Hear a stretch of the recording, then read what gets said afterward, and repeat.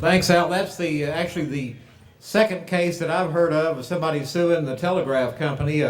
By accident, going through an old law book a couple of years ago, I found a case where a Texas Ranger had sued the telegraph company because he was late in getting a telegram that his mother was near death, and by the time he got to his mother's bedside, she died, and he sued the telegraph company over that. Let me talk just briefly a little bit about the relationship between Texas Rangers and ranchers. It's a very symbiotic relationship, and I can tell you exactly when I came to realize that. It was in August of 1965, and I was on the Wild Ranch in Kerr County with Charlie Schreiner. My grandfather was a good friend of Charlie's, and I was there as a teenager to run a registration table. They were having a party there for outdoor riders in Texas. Governor Connolly was there, and since Governor Connolly was there, Homer Garrison was there. Homer Garrison at that time was the director of the Texas Department of Public Safety. It was the only time I ever got a chance to meet him and talk with him briefly. I'll never forget the conversation. The riots in Watts in California were going on in Los Angeles at this time. And my grandfather, the old newspaper man, said, Homer, what are you going to do if we start having riots in Houston? And Garrison was about 6'2" and was wearing what the Rangers call a double rig. He had a 45 on each hip and all the nice finely tooled leather. He kind of stood back, put his hands down like that, and he said, well, they better not try it in Texas. And that told me a lot about Garrison's mindset, and I think it's a Texas mindset that has endured. But anyway, Charlie Schreiner's grandfather had been a Texas Ranger captain before he founded the Wild Ranch. And when you look at Ranger history, you see this throughout their long history, that somebody would work for a while as a Ranger, maybe get a little bit of money ahead, and then go out and fulfill the Texan/American dream, which was to have a ranch of your own. And that has continued. I could name you a few modern-day Texas Rangers I know who also are ranchers as well. So that relationship continues. Charlie would periodically have what the modern Rangers refer to as company meetings out there at his ranch, and that happens all over the state, and I'll get to a little bit more of that in a minute. But essentially, they get together to do two things. One, since they're state employees, they do some training to make it all legal. And then secondly, they socialize there on the ranch. Joaquin Jackson tells a fine story in his book, his memoir on being a Texas Ranger, about how he was out at the Wild Ranch one weekend for training, or a couple of days for training, and woke up one morning and couldn't find his pants. And searched, opened an investigation to find his missing pants, and could not find them. And finally went outside the bunkhouse there at the YO and happened to be looking around a little bit, I guess enjoying the sunrise, and discovered his pants flying from the flagpole that Charlie had up there at the YO. So there was not all seriousness that went on at those company meetings. In the course of research of the Rangers, one of the real surprises that I found, and just came up on this recently, everybody knows anything about the history of the Rangers knows that fundamentally in their early days, what they were about was A, fighting Indians, and B, checking the border and keeping the Mexican incursions limited as much as they could. But, they're generally said not to have been law enforcement officers, actually up into the mid-1870s when the Frontier Battalion was created. But I've actually recently found some paperwork that makes a real strong case that even in the 1840s, the Rangers, Jack Hayes Rangers, and others were about more than just chasing Indians. There's an interesting series of letters where a ranger was directed to go and find the stolen cattle of a widow woman, a poor widow woman who lived on the Guadalupe River below Seguin, and her last name was La Rocha. She was Hispanic, which was the first thing that struck me. The second thing that struck me was that the letter said that the cow thieves were believed to be, quote, marauding Texans, which I will take to mean Anglo. And of course the ranger was Anglo. Now, we've all heard about how the Rangers were exterminators and annihilators and racists and that sort of thing, but here's a documented case where an Anglo-Texas Ranger goes out to find the cattle of a Hispanic woman, widow woman, finds her cattle, gets them back, and brings the offenders to the local authorities there in San Antonio, which I think is a sterling example that flies a little bit in the face of some of the revisionist history that you hear.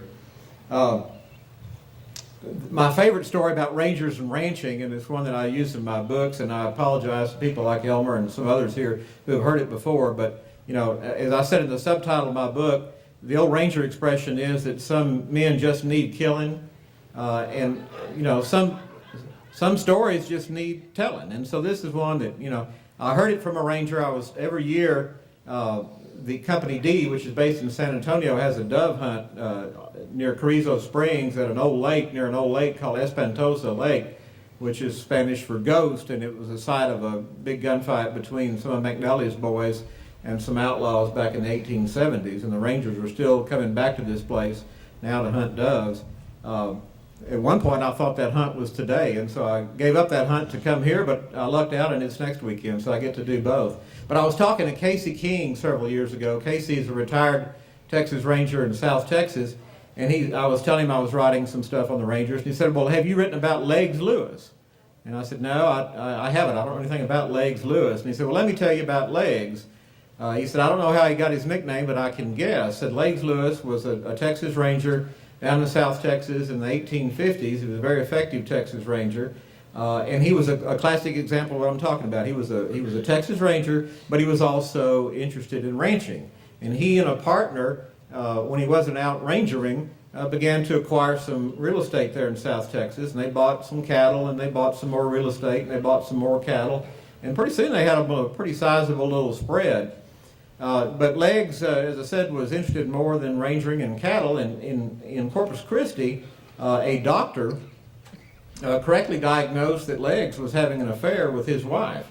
And the doctor further thought about the matter, and what he prescribed as a treatment was a double dosage of buckshot administered subcutaneously, which brought about rapid onset blood poisoning on the part of Legs Lewis. And he could not be saved. And then the sheriff of Nueces County, Legs died without issue, despite whatever got his interest that got him his nickname of Legs. And so the sheriff of Nueces County had to have an auction to sell Legs' estate on the courthouse steps there in Corpus Christi. And his partner very graciously showed up, and when all of his partner's land was up on the auction block, his partner was the high bidder and got his share of their little ranch. His partner's name was Richard King, and the little ranch is the King Ranch in South Texas. Now, there was a very close tie, too, between the King Ranch and the Texas Rangers. When Leander McNally came to South Texas, Richard King gave McNally's Rangers good horses to ride into farther into South Texas to attack cattle thieves, which, of course, was certainly in King's best interest.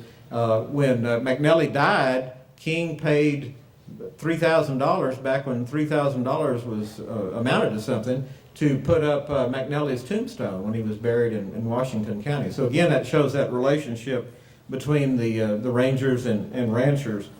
During the fence cutting wars, of course, it was particularly evident. You've all heard about the fence cutting wars and the problems that came up because of that. Some of the interesting things you may not have heard about was that the Texas legislature, at the same time that it passed a law making it a felony to cut a fence, did something that was pretty unusual for the Texas legislature to do at any time, and that is they actually appropriated money to combat the problem. And so the governor of Texas not only used the Texas Rangers to go out and try to find the fence cutters, but it was hard to do.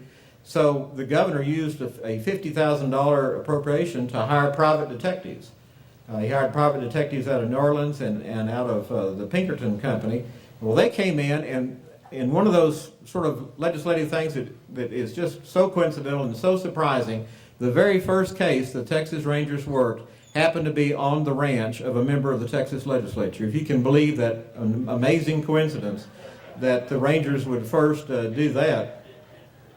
They actually caught a bunch of fence cutters and rounded them up, and things were looking good toward prosecution until one night, one cold night, in February of 1885, the prime witness in this matter was sitting by a fireplace in a commercial hotel in Sweetwater when someone fired a shot from outside the hotel, grazed the member of the legislature who was there, but the bullet went smack into the face of the young man who, or I say young man, he was 44 years old, who had been the undercover operative and has since become a Texas Ranger.